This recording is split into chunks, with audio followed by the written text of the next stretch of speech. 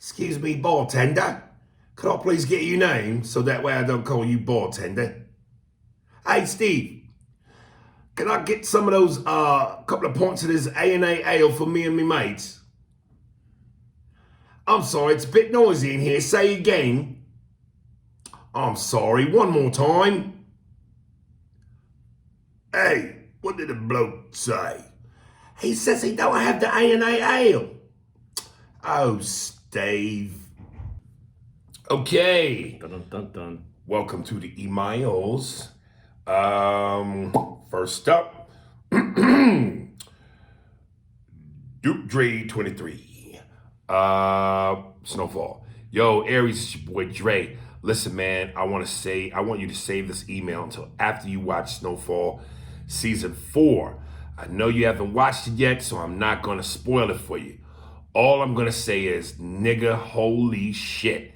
They just brought back one of the most famous scenes in movie history, and I wish I could say what movie, but I can't because it'll spoil it.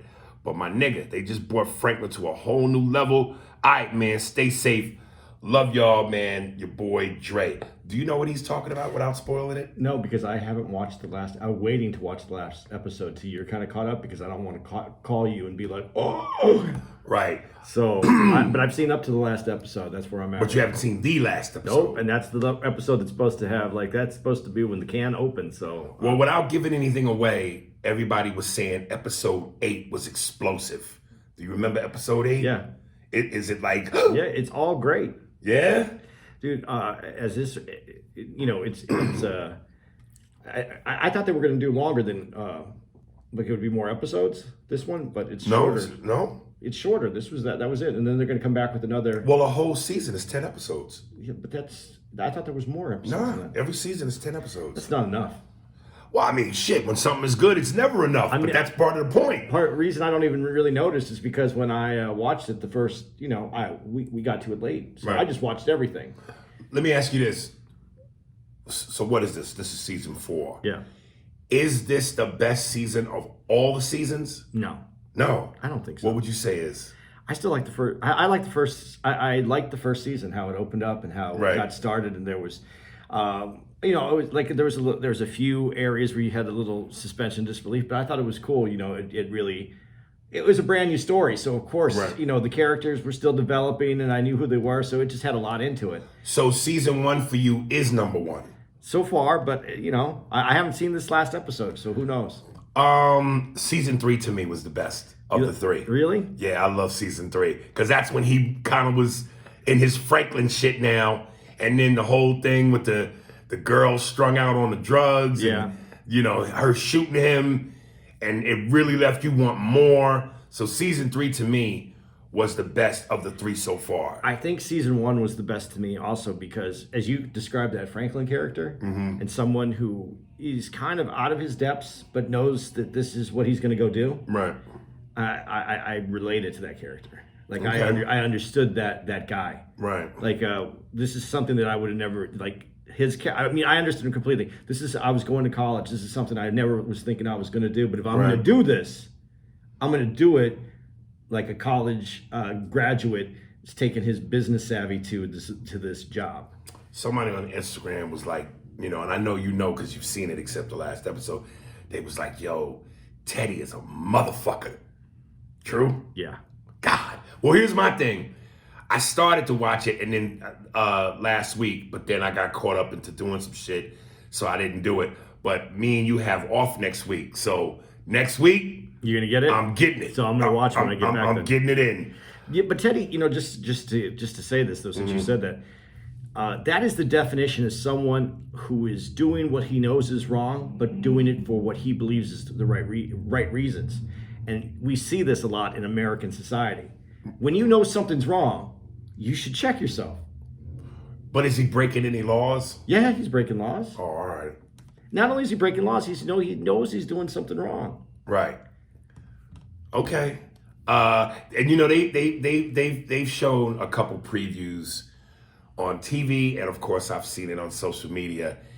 And I saw the one preview where Franklin's father's yelling at him about something, and Franklin cocks this nigga in the jaw. Yeah, man. Yeah. Yeah.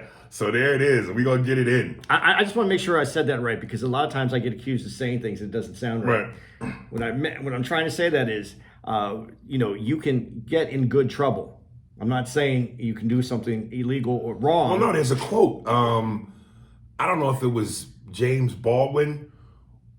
I don't think it was Martin Luther King. It might have been James Baldwin, but it was one of those social civil rights activists who said, get caught up in good trouble. Yeah. Protests and trying to make a difference. But you can see, like, if you're, a lot of people said the CIA thing is far-fetched. It's not as far-fetched as people think who are watching this. Mm-hmm. If you know something, but if you plainly see that something is wrong, like you're poisoning a neighborhood in your country, right? You know that's wrong, despite all the reasons of saving the Contras. What he's trying. It was wrong, and this is where this is all going to intersect, though, as we continue to go on. So I just wanted to say that, because I think there's when we watch these movies that are good, like you said, Man Food. It gives you this, but there's messages in there too. There's some meaning in there. Well, and that's the reason why I asked you what you thought. What season did you think was the best? Because again, and I know I catch a lot of flack for saying this. I'm sorry, y'all. I think The Wire is one of the most overrated shows. It had me in season 1, particularly because I loved Wood Harris and Idris Elba. But season 2 is where it dropped off for me. The storyline about the docs. Then by the time season 3 came around, I was kind of back on board because, again, I like Idris Elba and Wood Harris. But it just didn't feel that consistent grabbing me thing.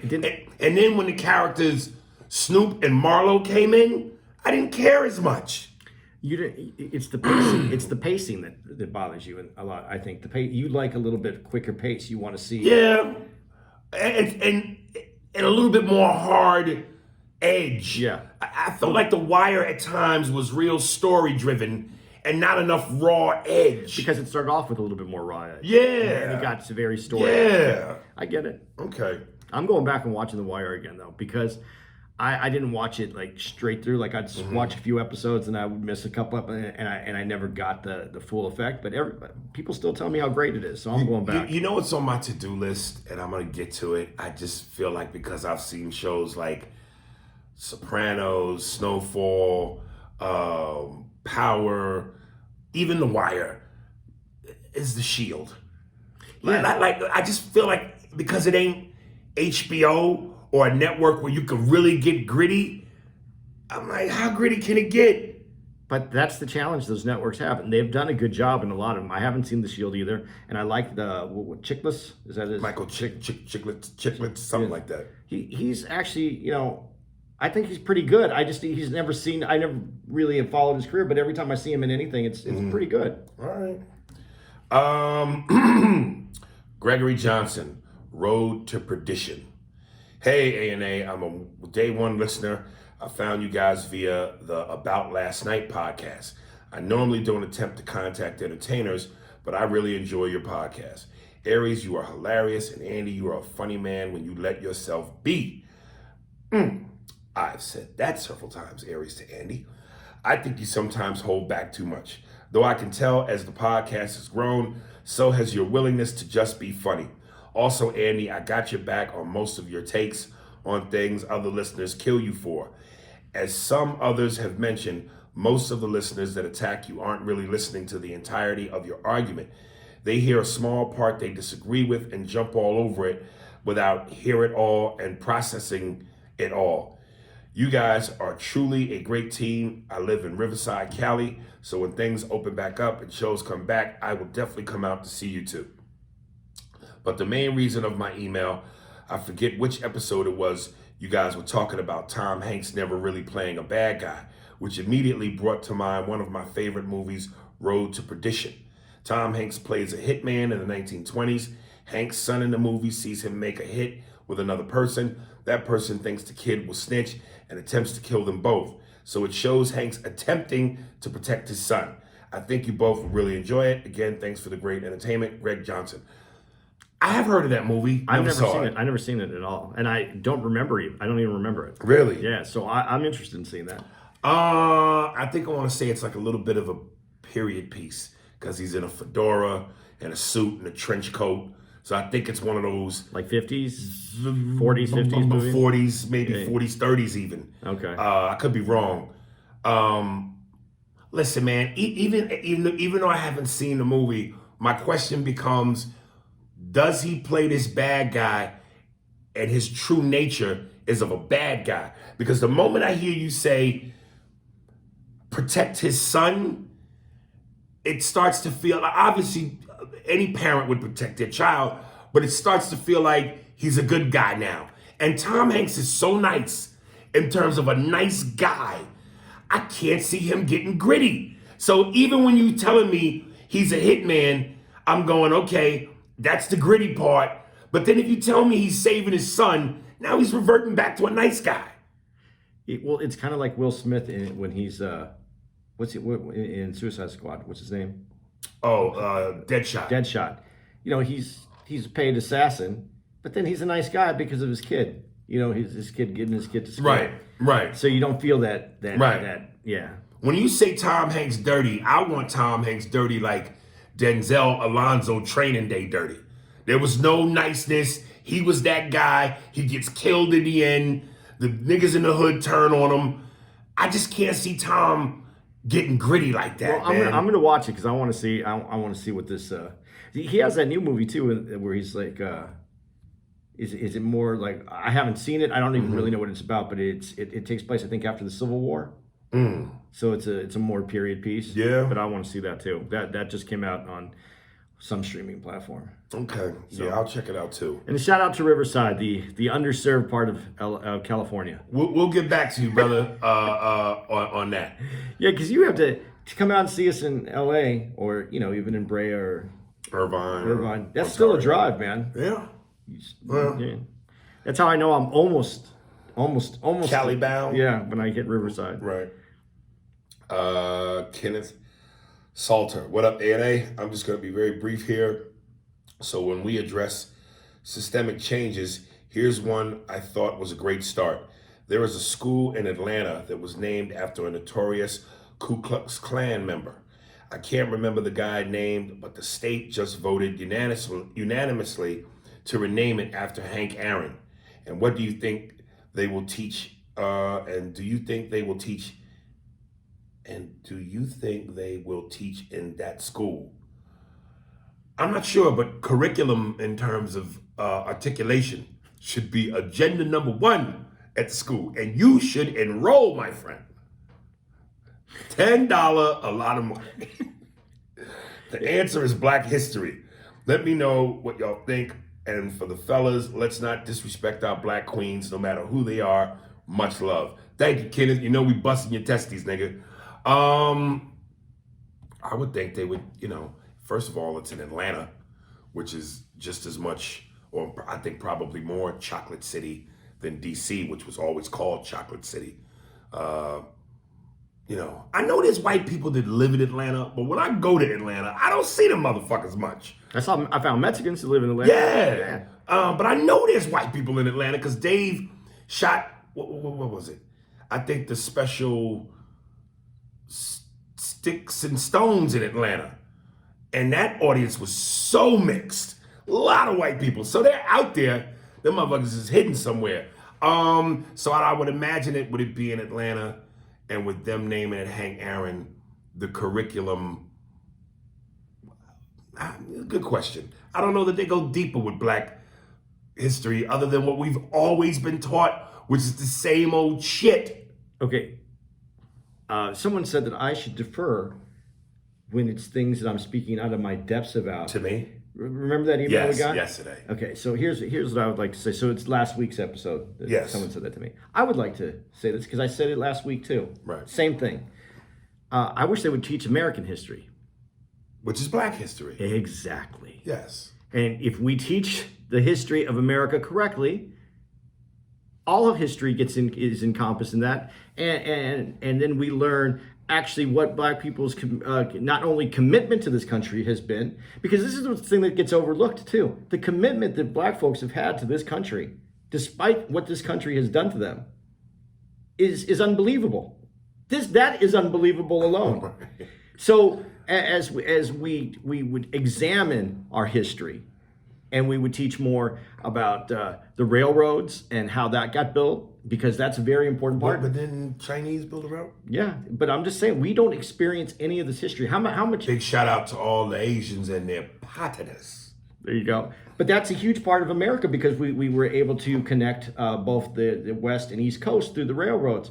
That was also done with free labor from blacks as well, even though blacks were supposed to be free at portions of that time.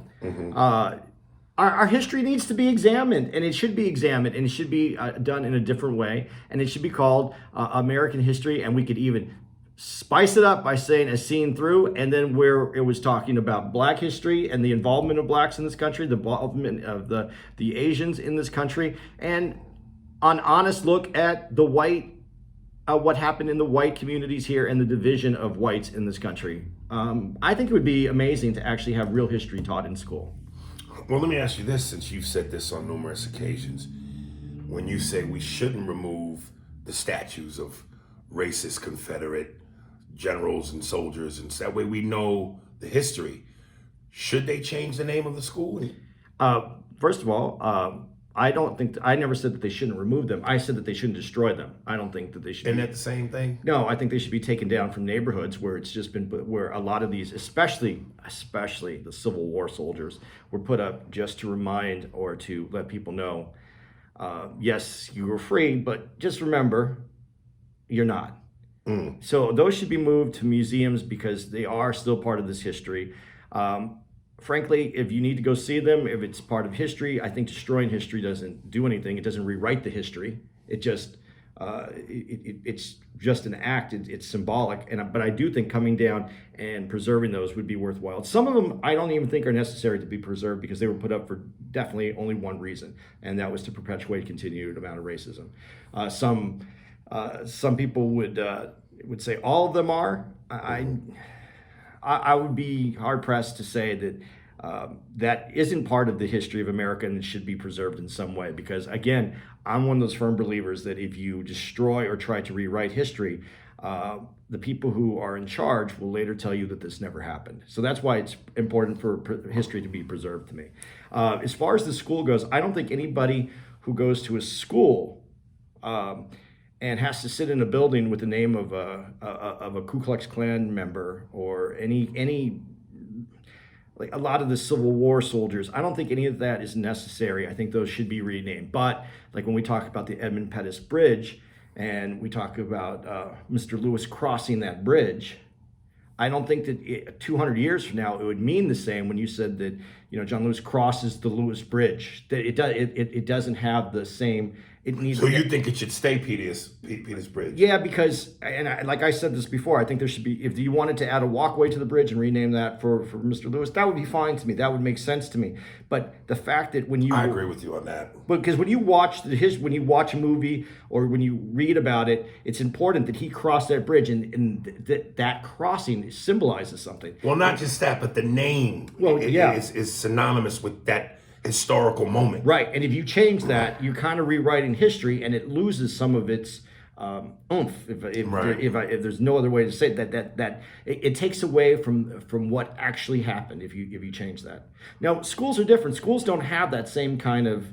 It's not like this school meant this. When you go to school and you're constantly, which school do you go to? Racist KKK school. And you know that.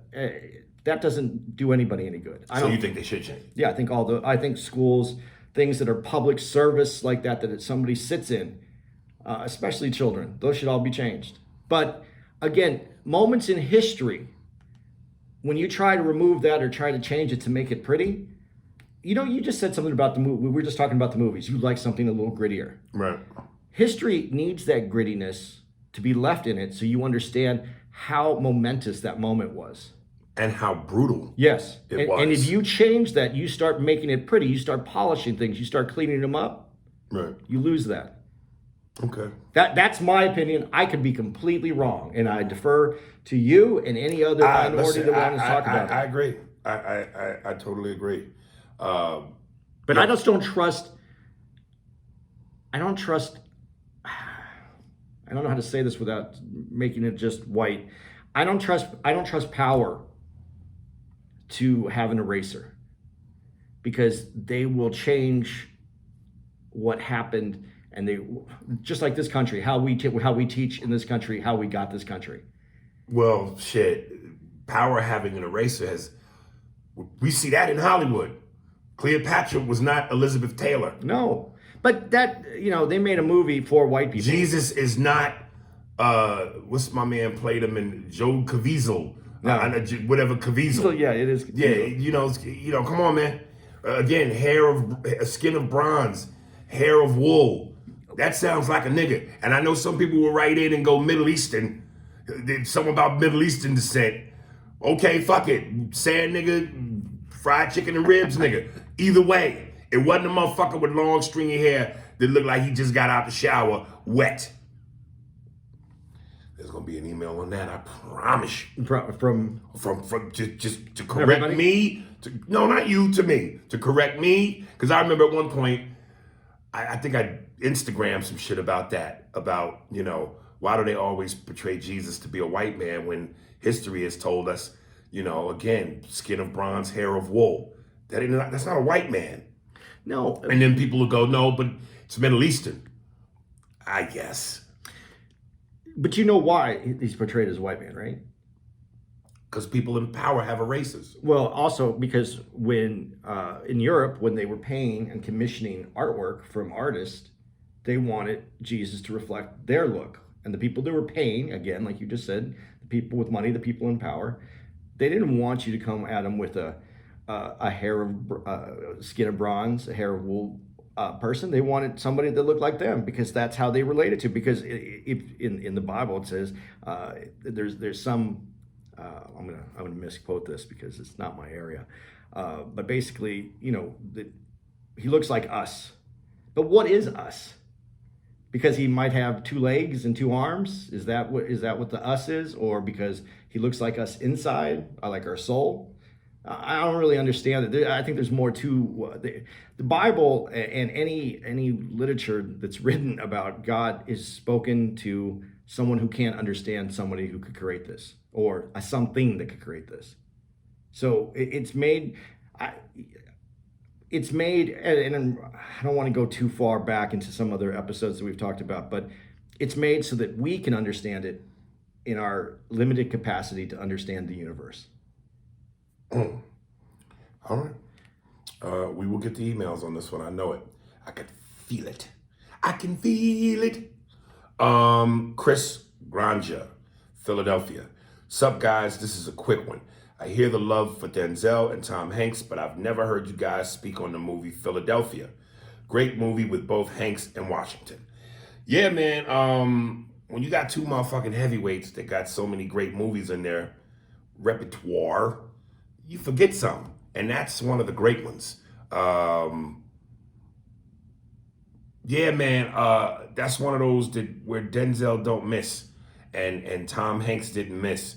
I love the honesty of it from those 2 scenes with Denzel, where actually 3 scenes. The one where he's in the bar with all his colleagues, and one of his colleagues gives him shit and goes, "You're not getting light in your feet there, are you? Because you defending this gay guy."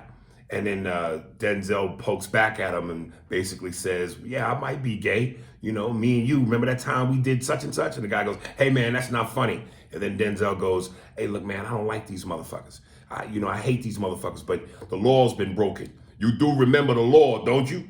Huh?" And then the bartender goes, "You got that right, Joe. I hate these tutti fruities too." And then there was the other moment where he's in the kitchen with his wife and Denzel's wearing an apron, and he bumps the 2 chicken legs together because he finds out that one of her relatives was a lesbian. And he goes, "Those guys, I can't stand that fucking shit." And then there's the other scene where the gay dude asks him out for a drink and flirts with him, and Denzel at first doesn't get that until the guy points it out, and Denzel goes, "Do I look gay to you?" And the gay guy goes, "Do I look gay to you?" And Denzel snatches him by the collar and pulls him over the fucking aisle and goes, "That's the problem with you motherfuckers. That's why nobody likes you." And then he walks out. So he did what he knew was right because that was his job. But he felt how he felt. And of course, towards the end of the movie, you see him turn and the compassion and the humanness of this is a man losing his life to a fucked up disease. So I just love the honesty of it because again, I just think that and gay, straight, life's hard. Do what you got to do. Love who you love. But I'm entitled to my feelings as long as I'm not. And I've said this a million times. As long as I'm not denying you anything, as long as I'm not physically hurting you, verbally hurting you, I'm entitled to how I feel. So, the actual words, and I don't remember the whole quote, but I remember him saying this because this moment stuck out to me. What he says is, "You make me sick." Is what he said. Sick. He used the word sick. Right. And that moment in that movie was cringeworthy. I mean, I went, "Ooh, like this is making," and you could see how passionate he was about his vitriol towards that gay to gayness. Right. That's what a good. I don't know who he is, Denzel as a person. I'm not going to try to decide who he is and how he feels about anybody in this world. Right. But at that moment, as an actor, he sold it to you. Dude, I didn't like him at that moment. Right. I was like, right. Look at how he just turned on this person. Right. Same person, and this is what the beauty of the movie too. Same person does a good job, gets recruited, brought into this business, and as soon as you find out. He did nothing to the business. Right. But as soon as you find out his sexual preference, they wanted him out of the business. It didn't change it, no matter how good he was. Right. It was just that. I'm glad you mentioned that because remember the scene where Denzel, and this is where he did the turn, where Tom Hanks is in the library researching, and Denzel's in there, and he spots him from a distance, but kind of moves his books to cover his face so they don't connect. But then it's when the guy that works in the library basically says to Tom Hanks, "We have a private room. Wouldn't you be more comfortable in there?" And then Tom Hanks goes, "Would you be more comfortable if I was in there?" And then that's when Denzel went, "Oh shit, this is wrong," decides to confront him, sit down with him, take his case. They do research together. Do you think that the stigma towards HIV is the same as it was back then? No. It's not as... Now it's like, whatever. Well, stigma, I don't know, maybe stigma. I just think that because it is, you can survive now. Yeah, and I think that's part of it. Yeah, I think that changes the outlook at it because people were afraid that they were going to get it just from shaking your hand. And so, it was COVID. Yeah, I think it was the people that weren't educated for the most part, and then just the idea of it and how it was, being gay at that time of that movie it was not acceptable. Right.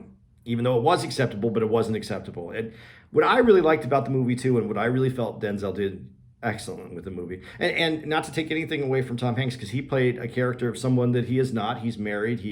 But he played that. I think he played the fuck out of that. I think he played it honestly. But Denzel, even though he recognized the humanity. And you saw that he had compassion for Tom Hanks, but he never let you know that he was comfortable. Even at the end of the movie, he found respect and love for the humanity of Tom Hanks and his character. Right. But that it never said like he was like best buddies, and that he was going to be his next door neighbors and his best friends were going to be gay tomorrow. Right. You knew that it was a process in that movie. And I thought that movie was really well done. And I think that the reason sometimes that movie gets missed a little bit is because it does have a different tone than where we are today. Well, it's funny. Like, I don't know if you've seen those commercials now, those HIV pill commercials, where now they say you take this certain pill and you can't even transfer it. Yeah, it's not detected in you, so you can't transfer it sexually. No more condoms for me. But it was really funny because we were watching TV one night, and it was one of those days where we had nothing to do and we watched TV. It was one that we just hung out at the house. Right. We watched TV. We ordered some food in. We just had a good day. Oh, that sounds nice. Doesn't it? Yes. And we were watching a lot of TV that day, and by the end of the night, it was probably the 100th time we saw one of those HIV. Right. And Tara just looks at me. She goes, "Does everybody have HIV now? How many commercials?" Right. Because it was like watching a progressive car commercial that you just see all day long, and this was one of them. So it was funny to me. Oh shit. And I thought also Antonio Banderas did a great job too. Little sometimes too much of the Latin love and the Latin spice and Latin sauce. But he didn't try to steal the movie though either. No. And he, that's who he is. Right, right. And he didn't steal it. Urea Alston. Derek Chauvin trial. Makia Bryant. What's up, A&A? Man, I just wanted to say that your podcast really helps get me through, make it through the week. I look forward to it each week. I had BNDC.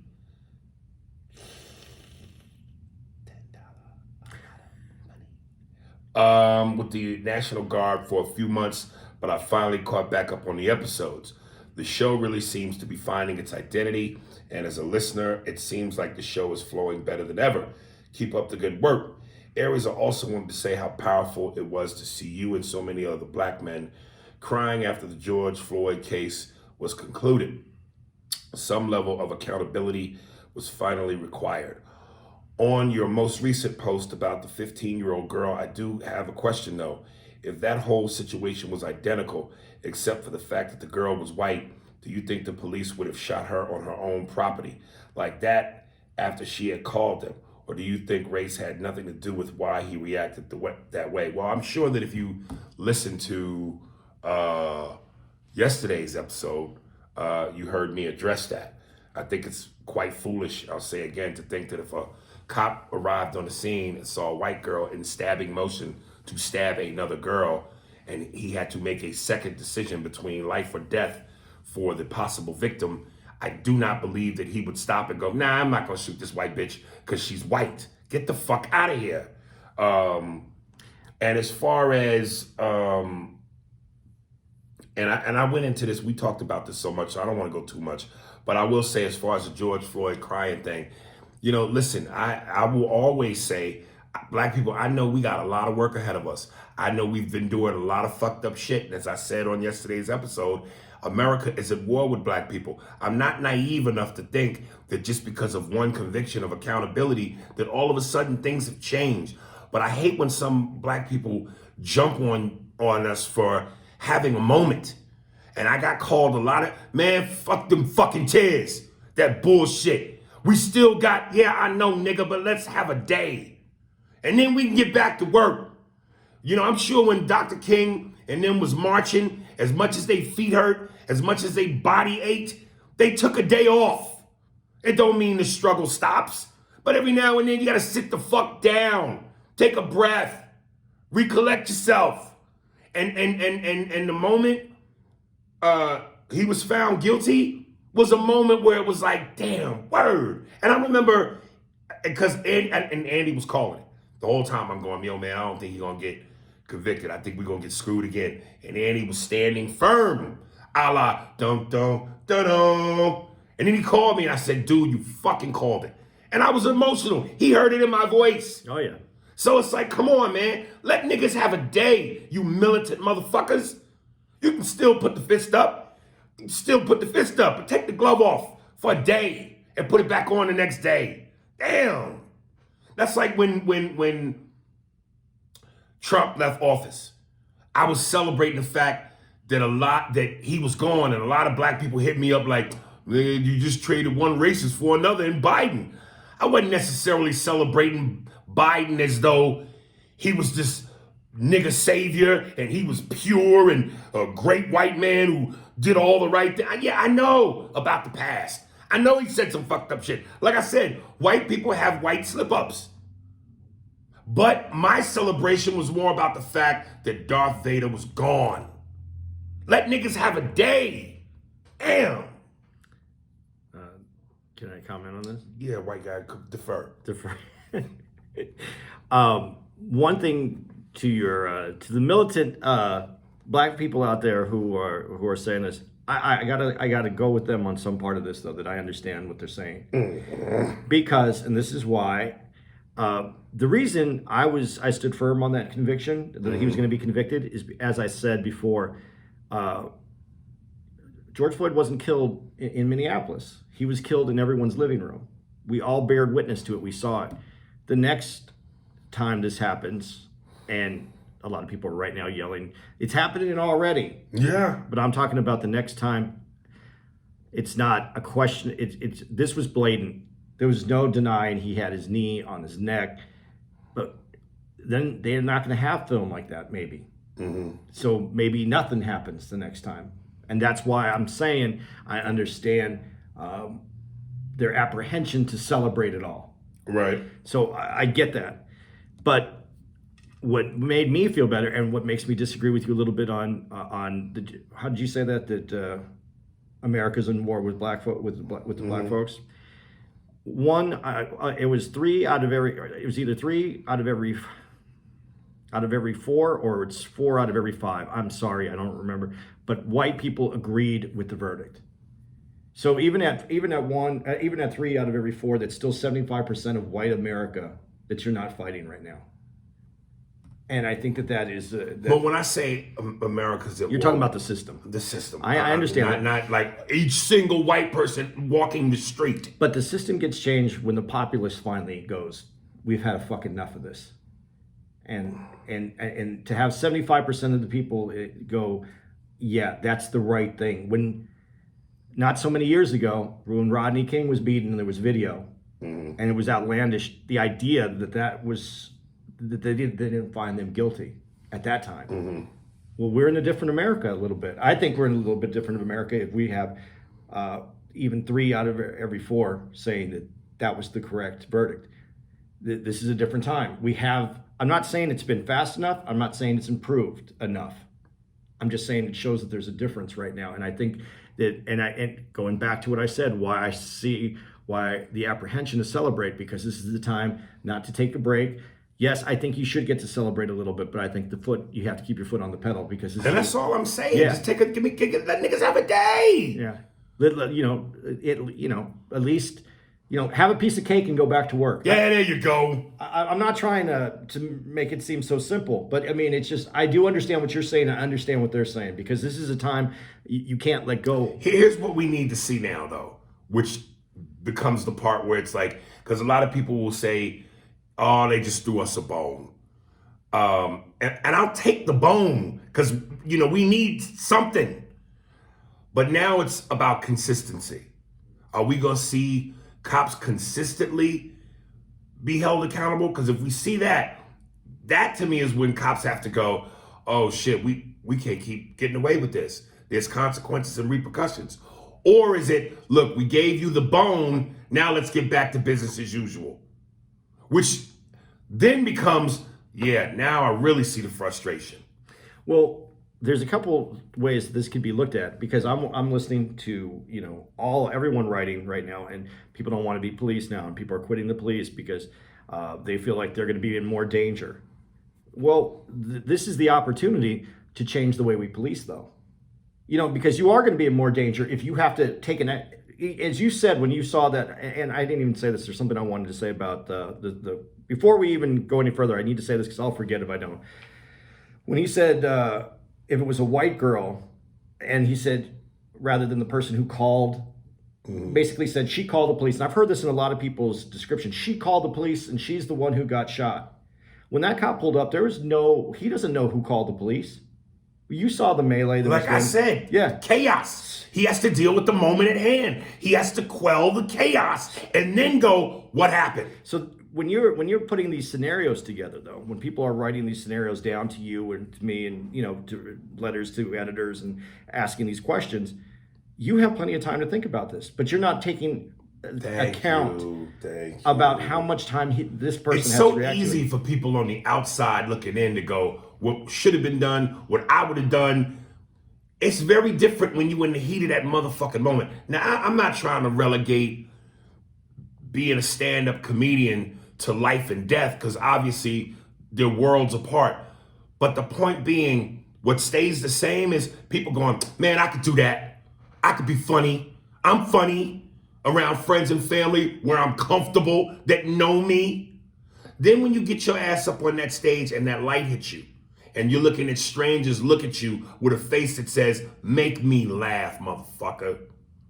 Something in you changes. Something in you freezes.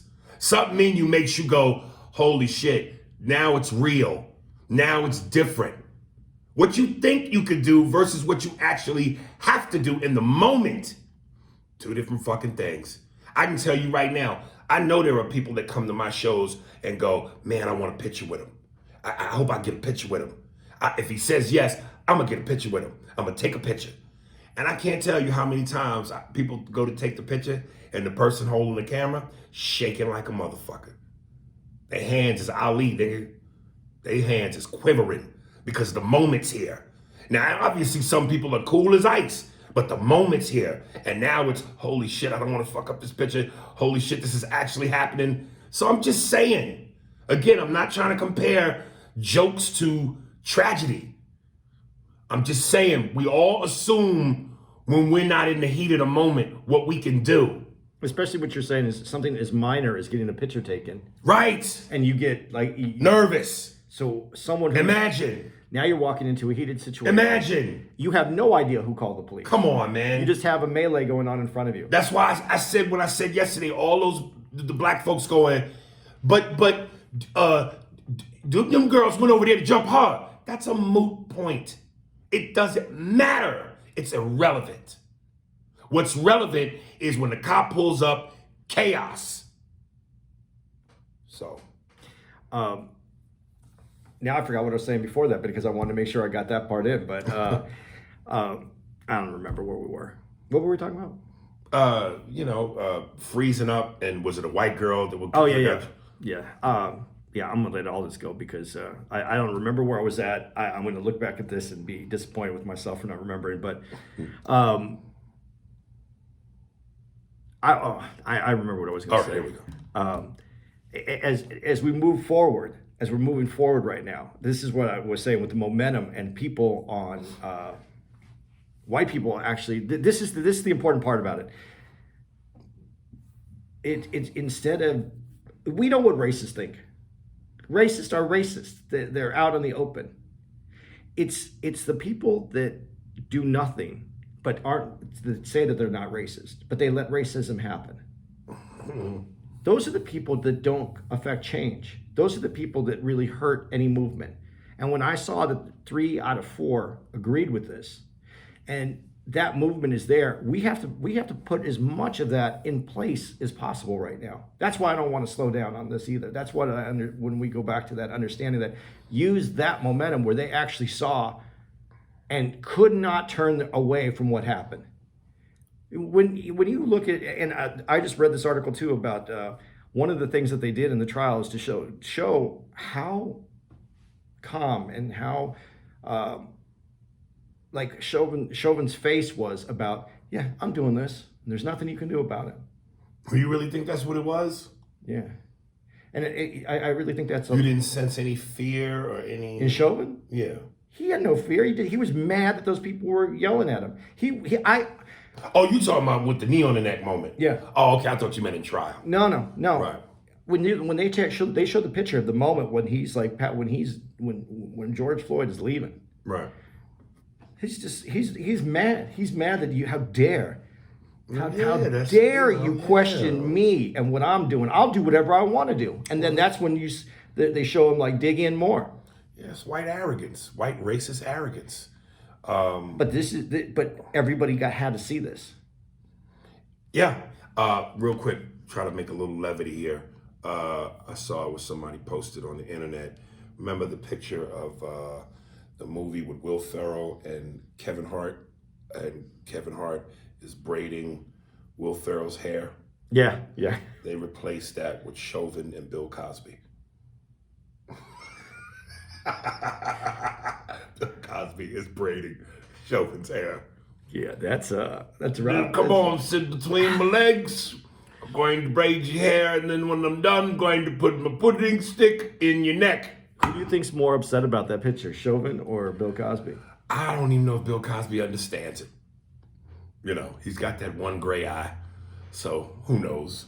But yeah, Thomas Salvaglio is my Italian friend. I think we read one of yours.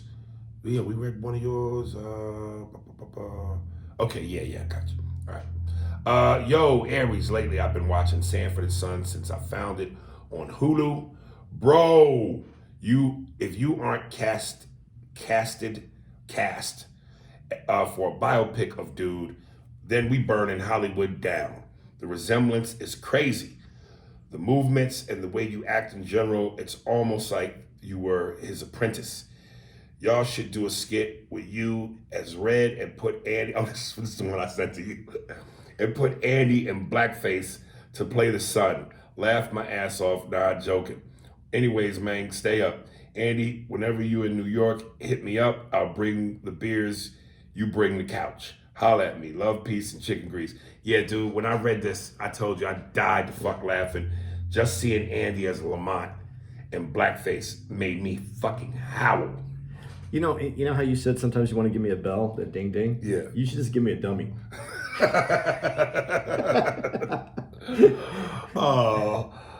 Yeah, that would be funny. Lamont, nigga, what? Yeah. Oh man. You big dummy? I wonder what happened, because I remember Tracy Morgan was supposed to do that biopic, and it seemed like it just never. I don't know. Well, he got in that accident, though, isn't that? I don't know if that was it, but again, and I'm not hating on Tracy. I think Tracy's funny in his own weird way, but I couldn't think of a more horrible choice. And I'm not even saying me. Take me out the equation. That Tracyisms. There's two. Yeah, Tracy. Yeah. I can't see him pulling off Red Fox, nigga. Well, you do. When you speak, you have little. You have a that Red Fox had. You have that already in in the way you speak. And I'm not trying to upset you or anything, but as I've worked with you this last 3 years, you're walking more and more like Red Fox. Get the fuck out of here, nigga. You're slow and get the fuck out. Fucking whipping that leg over the other side. Slow. You're getting old, man. Listen. When your hair goes gray. Listen, there's a if you ever seen the movie Why the Fools Fall in Love with Lorenz Tate, Halle Berry, and Vivica Fox. And I've mentioned this on the PC. It pissed me off the director, Gregory Nava, was such a dick. I had a small scene to begin with, but he cut it down to, thank you, good night. Where I was slimmer, and I was a younger Red. They dyed my hair red, slicked it back. And so, yeah, I'm agreeing with you, Thomas Italian guy. So, who knows? But yeah, Tracy, yeah, that's how you eat elephant pussy. You get all up in there, you eat the elephant pussy there. Yeah, I can't see it. I still like you do. I like your Tracy Morgan, but I also like Jay Morris. Jay Morris. Oh yeah, Jay. That's my daughter. That's my daughter. Yeah, his is good too. Ryan Pinner, A&A Production. Aries, what's good, man? Huge fan of all your work and love the Jew and the Jerk. Been listening for about 3 months now and caught up on all the episodes. I've heard you and Andy say you need a podcast producer numerous times. God damn! You need Rolaids. Rolaids. This episode's sponsored. I can not only record audio but visual as well as edit them. Would love to work with you guys and help build the podcast. Please contact me if we could arrange a time to speak more in depth. You know, the hard thing, Ryan, is we're on the road. So it's not like, it'd be different if we had a studio where we always record from, the cameras are in place, the lights, but we're moving constantly. This is a guerrilla podcast. Yeah, so unless we could take you on the road and you bring the equipment, and all of that. It's just something that's not. It's not realistic. Well, we appreciate your interest, brother. Stay tuned. Keep staying tuned, because who knows? One day we might get a studio, build one. Fuck it. There you go.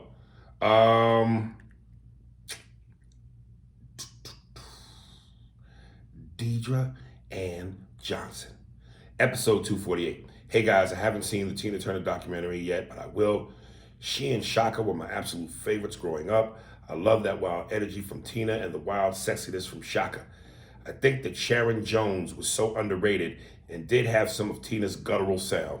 Unfortunately, she died at age 60. Check her out, and she sends us a link. Yeah, I've never heard of Sharon Jones. And I tell you, a young Shaka Khan was sexy as a motherfucker. I read somewhere that she was a Black Panther. Really? I never heard that. Yeah. Oh, shit, okay. And listen, I think Tina Turner was always known for her legs. That was her big sexy thing. I never found Tina Turner sexy. I mean, I loved her voice. I loved the music. You know, I respect her story. But she never did it for me like that. Shaka Khan was a bad bitch nigga when she was young. Shaka Khan. I'm every woman. It's all in me. Baby. When I did DJ in the 80s, Shaka Khan, when I was in need of a song, get everybody on the dance floor. That was it. That three, Shaka Khan. Shaka Khan. Shaka Khan. And everybody's on the floor.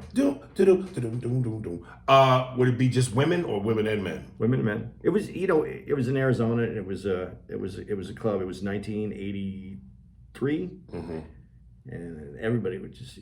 It was fun to DJ then, because music was mixed. It wasn't. There was rock song. That was when you could play Shaka Khan and Duran Duran at the same time. Music was real music, and it was everything. Everybody was there just to dance. It wasn't about. That's what the fuck Eric Venable is talking about. There you go. Shit, dude. I one dude. Oh goodness, and we said this with Kylie, which.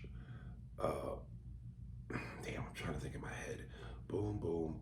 Okay, anyway, we said with Kylie on one of the email episodes, which I think was last week. Everybody ain't good, man. Most of the people that do this shit stink. There was a dude who sent me a DM of a track he made, and it was just music, instrumental. It sounded like video game music from the late 80s, early 90s of a kid's game. I mean, it was bad, nigga. It was bad. You're supposed to just be beats? Yeah. I said, ain't nobody rapping to that. That shit garbage. But yeah. Well, what if you use those beats and turn auto-tune all the way up? Then would it sound right? I think it would sound worse. Hold up. Give me one quick second. I ain't gonna say the motherfucker's name. But what you're saying is right. Most people aren't good. Right. That's why only so many. That's why the top is. There's only a few people up there. Right. And Steve, please just clean this up. But I'm sorry, I have to. When you play football as a little kid, everybody wants to start off as the quarterback. Right, because that's the top tier position, right? Yeah, and then we find out that you might only be good at knocking people down. So you're on the line, It's just, oh, this is it, yeah. So just here we go.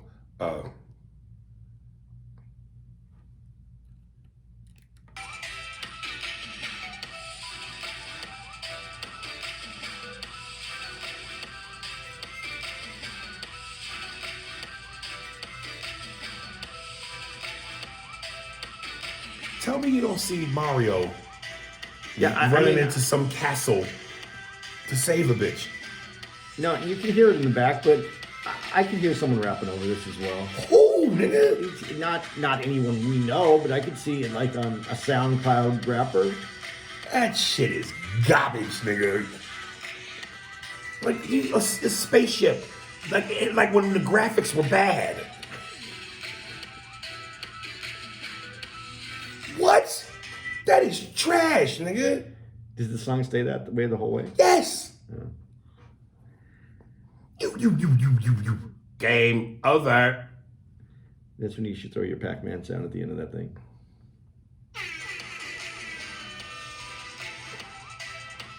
You. Game over. That shit is horrible, man. I gotta be honest, white people couldn't dance to that at all.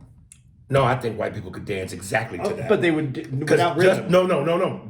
Just like that shit is all over the place, they could match that. Yeah, they could match that.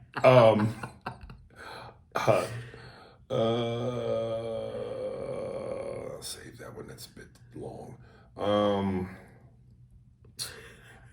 Darius Davis, Bee Gees Doc, and To Catch a Predator. From the D. Davis. Yo, what's poppin', Aries and Handy? Yo, I just watched the Bee Gees Doc. That shit had me like, what the fuck? Those were white niggas singing those hits? Laugh out loud. That nigga Barry Gibb looked like the Jesus pictures my grandmother had on the wall. Great doc overall and lots of good information. Also, I've been watching To Catch a Predator with Chris Hanson. These dudes literally are sick in the head, but the funniest shit is when Chris is reading the chat log back to them after they deny saying the vulgar shit they said. I always imagine instead of Chris Hanson, it's Paul Mooney that comes out and surprises them. Well, please bless my week with a quick impression. Stay up. Much love to y'all from Dallas. Nigga, come here. Sit the fuck down. All of the shit. You are sick. You are a sick son of a bitch. Going after these little children. Your screen name is Punch It in that little innocent box. Nigga, what were you thinking? What the fuck were you thinking? Disgusting. They should lock you up under the goddamn jail. Matter of fact, they should feed you to all of the other predators. All of you niggas are sick. Disgusting. And you all are basically white. I knew it. White people, this is what you do. You're monsters. All of you are monsters. Niggas don't do this. Well, they do, but I'm Paul Mooney, so I'm going after the crackers. All right. That's all I got, brother. I hope that works for you. The crackers and Richard Pryor's son. Oh, shit. What was I thinking, nigga? What? Matter of fact, fuck that. Let me talk to myself. Paul, nigga, what were you thinking? Screen name, the comics, Son's Cock. What were you thinking? Okay. Oh, man, that was bad setup. All right. Got time for one more. My boy Mookie. Matthew Riggins, and I've been meaning to see this movie. City of Lies with Johnny Depp and Forrest Whitaker. Yo, can you guys please with this movie and do a review? City of Lies. It's the movie version. Series Unsolved. Murders of Biggie and Tupac on Netflix. You can watch that 8-episode series as well and review it. I think you guys would murder that on the podcast. Mookie, did you see that? No, I think I saw one of the episodes. I was curious about it. No, but he's talking about the movie. No, I didn't see the movie. Yeah, the movie with Johnny Depp and Forrest Whitaker. I watched one of the episodes of the series. Yeah. How was that? It's good. Yeah, but I there's so much stuff that I want to see. Right. And now, as we're starting to work more, I get to see less. It's not as easy as it was during pandemic. Right. The heart of the pandemic. So right. I'm just trying to stay caught up on what I want to see. It's a good movie, man. Forrest Whitaker's good in it. Johnny's good in it, and they really get into the Biggie thing and how corrupt and fucked up the shit was. And I'm glad Suge Knight is locked up. He was an evil dude, man. He's just an evil motherfucker, dude. I don't see what was good about him in any way, ever. You're going to get letters now, too. Shit. And I love how they weaved in a lot of Biggie's tracks within the movie. It's a solid movie, man. I liked it. I'll have to check it out. You don't do Forrest Whitaker, do you? No, I've never even tried. But everybody would try to do the eye. Yeah. Yeah. I don't know that there's a sound for Forrest Whitaker, though. Maybe there is. There's definitely, I think, a cadence. He takes a lot of pauses within sentences. Yeah. See the thing? And when you do it, and you knew. There's a, yeah. But I don't know that there's a sound that people would get if you were doing it. Right. Yeah. Time for the music. Anything you want to add before we jump into this? No, but I think we should do a review of some Forrest Whitaker movies, like Last Samurai. Doesn't he play like a badass? Yeah. See, I don't know if I could buy that. This nigga got half an eye and slicing everything on point. Dude, he's great as in that series that I told you should watch, but I haven't watched the second season, The Godfather. The Godfather. The Godfather Harlem. Yeah. I've been meaning to do it. I he does a great job in it. Yeah, a couple of shows I have really been meaning to do that shit, man. I just be, trying to catch up on one thing before I start something else. But I saw some outtakes, and he walks funny. Yeah, he kind of got like his knees are knock-kneed, but his feet are out. You know what I mean? Yeah. Like his knees touch, but his toes don't point forward. They go east and west. So it's good when they film him pretty much no lower than, See, and there we go. A badass with a bad eye, knock knees, and weird feet. I can't, But he's accomplished actor, and he made it despite all that. They gotta shoot that nigga from the waist up and half the face. We're gonna film you in silhouette. Yeah. And also, again, if anybody wants to comment, email ariespears45@hotmail. New listeners, welcome. And as always, start from the beginning. Please do not go out of sequence. You are doing a disservice to yourself. By the way, this episode's airing. We are in Spokane. Well, we are in Spokane now, but we're going to be in Portland when this is out. And so you might want to sing the song. Well, no. Reminding her. Oh, right, because next week we're off. Yeah. And then that's when boom, and then boom. Right, we're in Portland. Right now where you listen to this, we're in Portland. Farrah, no time is a good time for you. Yeah, baby, we're gonna take a picture with you and post that motherfucker. You better, I swear, girl. If you not, I'm gonna get in a 3-finger stance. Omaha, and blitz the shit out you. From the waist, I'm gonna blitz you on top of the merchandise table. CDs and t-shirts gonna be flying everywhere.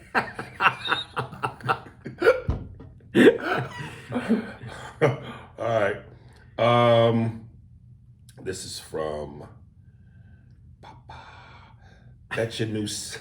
You just visioning t-shirts, flying everywhere. CDs flying everywhere. No, all of a sudden my marketing brain kicked in. I thought we should do a whole CD of you and these knockoff songs that you saw the show. Like buckwheat singing again. Looking for nub in all the wrong places.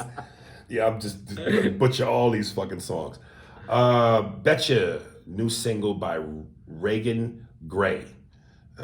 Thank you for the opportunity, and I look forward to hearing my single, Betcha, played on your podcast soon. God bless Reagan. I think this is a woman, too. Maybe you didn't really include your socials, which I have said repeatedly, so people can holler at you. But hopefully it's good, and they'll find you, because when you're great, you get found. If you're horrible, you get signed to Garbage Bag Productions. So hopefully you're not on Garbage Bag Productions. Did you come up with that beat I played? Did you come up with Garbage Bag Productions, or was that an emailer? No, that was the doctor. The doctor. Maurice Doctor. Yeah, that was a Garbage Bag Productions. Yeah, I still think that's so fucking funny. And they just signed their first artist recently. Well, maybe we should start our own. Maybe we should start our own label and call it Garbage Bag Productions. And... give whack niggas a chance to fail. All right. Here it is. Enjoy. Reagan Gray, y'all.